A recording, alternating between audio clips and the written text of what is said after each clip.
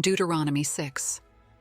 These are the commands, decrees, and laws the Lord your God directed me to teach you to observe in the land that you are crossing the Jordan to possess, so that you, your children, and their children after them may fear the Lord your God as long as you live by keeping all his decrees and commands that I give you, and so that you may enjoy long life.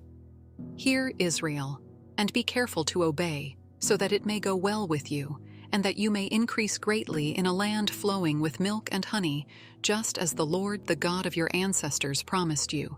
Hear, O Israel, the Lord our God, the Lord is one. Love the Lord your God with all your heart, and with all your soul, and with all your strength.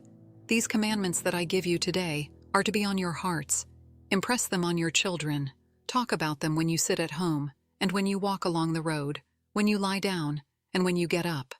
Tie them as symbols on your hands and bind them on your foreheads. Write them on the door frames of your houses and on your gates.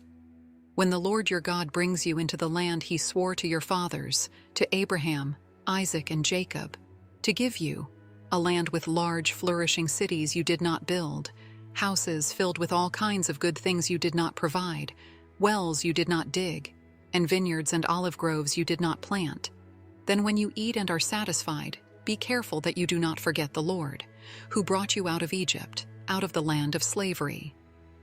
Fear the Lord your God, serve him only, and take your oaths in his name. Do not follow other gods, the gods of the peoples around you. For the Lord your God, who is among you, is a jealous God, and his anger will burn against you, and he will destroy you from the face of the land.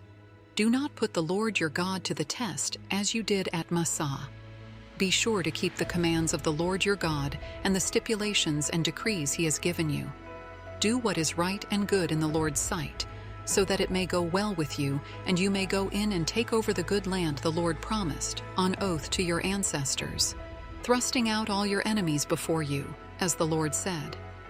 In the future, when your son asks you, "What is the meaning of the stipulations, decrees, and laws the Lord our God has commanded you?"